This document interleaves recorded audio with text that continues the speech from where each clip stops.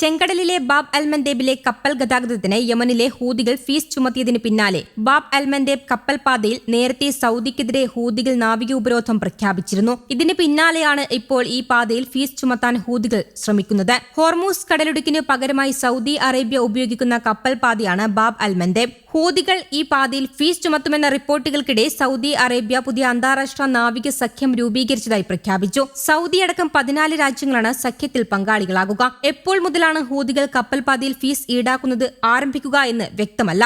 July 20-നായിരുന്നു ഇറാന്റെ സഖ്യകക്ഷിയായ ഹൂതികൾ US സഖ്യകക്ഷിയായ സൗദിക്കെതിരെ നാവിക ഉപരോധം പ്രഖ്യാപിച്ചത്. ഹോർമൂസ് കടലിടുക്കുമായി ബന്ധപ്പെട്ട് US ഇറാൻ സംഘർഷം രൂക്ഷമാകുന്നതിനിടെയായിരുന്നു ഹൂതികൾ അന്ന് ഉപരോധം പ്രഖ്യാപിച്ചത്. സൗദിക്കെതിരെ നാവിക ഉപരോധം പ്രഖ്യാപിച്ച ഹൂതികളുടെ നടപടി സൗദി സഖ്യവും ഹൂതികളും തമ്മിലുള്ള യുദ്ധത്തിന്റെ ഒരു പുതിയ ഘട്ടമായും വിലയിരുത്തപ്പെടുന്നു. ഇറാനുമായുള്ള ചർച്ചകൾക്ക് ശേഷമാണ് ഇപ്പോൾ ചെങ്കടൽ പാതയിൽ ഫീസ് ചുമത്താൻ ഹൂതികൾ തീരുമാനിച്ചത്. ഇറാനിൽ യുദ്ധം തുടരുന്ന USനെ സമ്മർദ്ദത്തിലാക്കാൻ ഹൂതികളുടെ ഈ നീക്കം സഹായിക്കും. ഇറാൻ പരമോന്നത നേതാവായിരുന്ന ആയത്തുള്ള അലി ഖമനിയുടെ സംസ്കാര ചടങ്ങുകളിൽ പങ്കെടുക്കാൻ ഹൂതി പ്രതിനിധികൾ ജൂലൈ ആദ്യം ഇറാനിലെത്തിയിരുന്നു. ഈ സമയത്ത് ഇറാൻ പ്രതിനിധികളും ഹൂതി പ്രതിനിധികളും ബാബ് അൽ മന്ദേബിലെ കപ്പൽ ഗതാഗതം സംബന്ധിച്ച് ചർച്ച നടത്തിയതായും വിവരങ്ങളുണ്ട്. കപ്പൽ പാതയിലെ ഫീസ് ഈടാക്കാൻ തുടങ്ങിയാലും ചൈനീസ് കപ്പലുകൾക്ക് ഇളവുണ്ടാകുമെന്നും റിപ്പോർട്ടിൽ പറയുന്നു. സൗദി അറേബ്യയിൽ നിന്ന് ഏറ്റവും കൂടുതൽ എണ്ണ വാങ്ങുന്ന രാജ്യമാണ് ചൈന. തങ്ങളുടെ എണ്ണക്കപ്പലുകൾക്ക് തെക്കൻ ചെങ്കടലിൽ ആക്രമിക്കപ്പെടാതെ യാത്ര ചെയ്യാനുള്ള സാഹചര്യം ആവശ്യപ്പെട്ട ഹൂതികളുമായി ചൈന നേരിട്ട് ചർച്ച നടത്തിയെന്നും റിപ്പോർട്ടുകളുണ്ട്.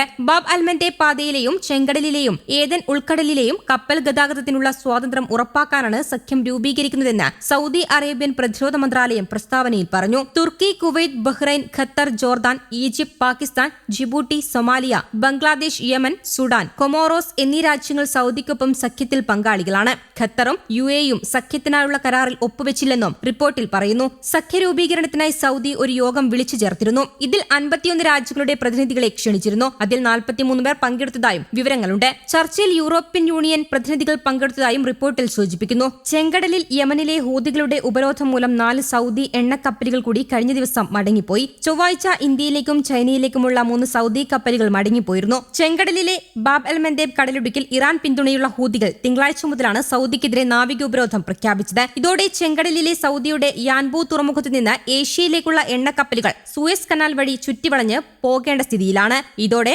ഇറാനിൽ US ആക്രമണം കൂടുതൽ മേഖലകളിലേക്ക് വ്യാപിപ്പിച്ചു. ബുഷഹർ ആണവ നിലയ പരിസരത്തും ബോംബിട്ടിരുന്നു. ടെഹ്റാനിലും സ്ഫോടനമുണ്ടായി. യുദ്ധം നിർത്താനുള്ള നയതന്ത്ര ചർച്ചകൾക്ക് US സന്നദ്ധമാണെങ്കിലും ഇറാൻ ഗൌരവത്തിലെടുക്കുന്നില്ലെന്ന് US state secretary Marco Rubio പറഞ്ഞു. 10 ദിവസം വെടിനിർത്തലിനുള്ള ശുപാർശ കഴിഞ്ഞ ദിവസം മധ്യസ്ഥരായ പാകിസ്ഥാൻ ഇറാന് കൈമാറിയിരുന്നു. ജൂണിൽ ഒപ്പുവെച്ച ധാരണാപത്രം നിലനിർത്താനുള്ള ശ്രമത്തിന്റെ ഭാഗമാണിത്. ഇറാൻ ആഭ്യന്തരമന്ത്രി ഈ ആഴ്ച 2 വട്ടം പാകിസ്ഥാൻ സന്ദർശിച്ചിരുന്നു. ഇറാനുമായുള്ള യുദ്ധത്തിൽ കഴിഞ്ഞ ദിവസം ജോർദാനിൽ 4 പേരടക്കം ഇതുവരെ 18 US സൈനികർ കൊല്ലപ്പെട്ടതായി പ്രസിഡന്റ് ട്രംപ് സ്ഥിരീകരിച്ചു. ബാബ് അൽ മന്ദേബ് കടലിടുക്ക് ഇതുവരെ ഹൂതികൾ പൂർണ്ണമായും അടച്ചിട്ടില്ലെന്നും അങ്ങനെ ചെയ്താൽ ഹൂതികൾക്കെതിരെ ആക്രമണം നടത്തുമെന്നും ട്രംപ് പറഞ്ഞു. ബഹ്റൈനിലും സൗദിയിലും വ്യോമാക്രമണ മുന്നറിയിപ്പ് സൈറണുകൾ മുഴങ്ങിയെങ്കിലും കഴിഞ്ഞ ദിവസം ആക്രമണം റിപ്പോർട്ട് ചെയ്തിട്ടില്ല. ജോർദാനിലെ US സൈനിക താവളത്തിനു നേരെ 6 തവണ മിസൈൽ വർഷിച്ചിരുന്നു. News desk Kerala Kaumudi.